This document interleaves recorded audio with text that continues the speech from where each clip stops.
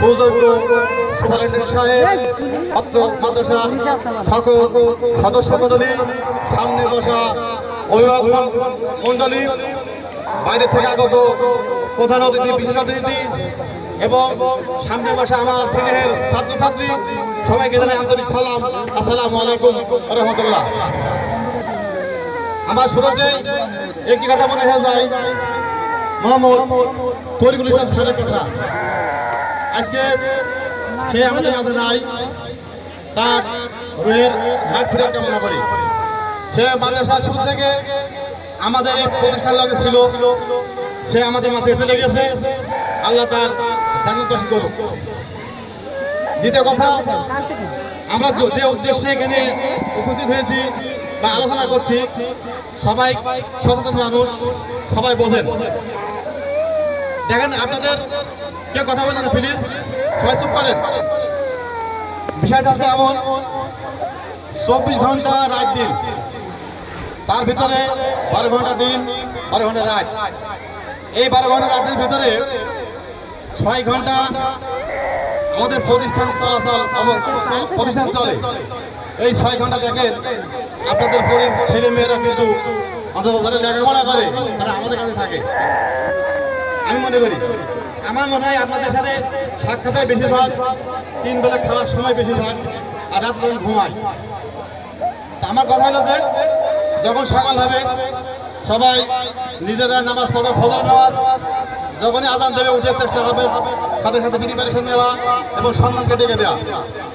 সে জানবে না আমার মা আমাকে ডাকছে, তাহলে সে পরিষ্কার পরিচ্ছন্ন হয়ে যাবে, নামাজ আদায় হয়ে যাবে, ছেলে মেয়েদের দিক নির্দেশনামূলক কথা হয়ে যাবে।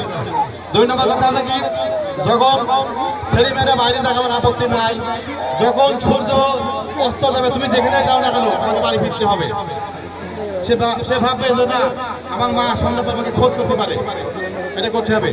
তৃতীয় কথা, অনেক অভিভাবক আছে, আপনারা অনেক সময় অনেক 1টা ঘন্টা 2টা ঘন্টা সন্ধ্যার পর বাড়িতে বসে থাকবেন যে আপনার ছেলে মেয়ে সে পড়ছে না, জোরে পড়তে বলবেন, জোরে পড়তে বলবেন। সে কি, যারা অনেক অভিভাবক আছে লেখাপড়া কিন্তু হয়তো জানে না, কিন্তু তার জ্ঞান তো আছে, সেই ছেলে মেয়েটা কি পড়ছে সে জানবে। বলবে বাবা তুমি জোরে পড়ো, আস্তে পড়তে দেয় সুযোগ দেওয়া যাবে না। সেমন যে দেখবে আমার বাবা মা বসে আছে, হয়তো মা রান্না করছে, বাবা পাশে বসে আছে, সে জানবে যে সন্ধ্যা আমার সন্তান পড়াশোনা করছে। মুখ বন্ধ থাকা মানেই সে জানবে পড়ছে না, তাহলে মা কাজও করলো, ছেলে লেখাপড়া হয়ে গেল। আরেকটা বিষয় বলি, একটা বাচ্চা যখন ক্ষুধা লাগে, বাবা মার বুকটা ফিরে যায়, সে সবসময় চেষ্টা করে যে আমি আমার সন্তানকে কিভাবে খাওয়াবো, কিন্তু বারবার চেষ্টা করে। অনেক সময় দেখা যাচ্ছে বাচ্চারা ঢোক না গেলে মায়ের বাবার বুক ফিরে যায়, তারপরেও চেষ্টা করে।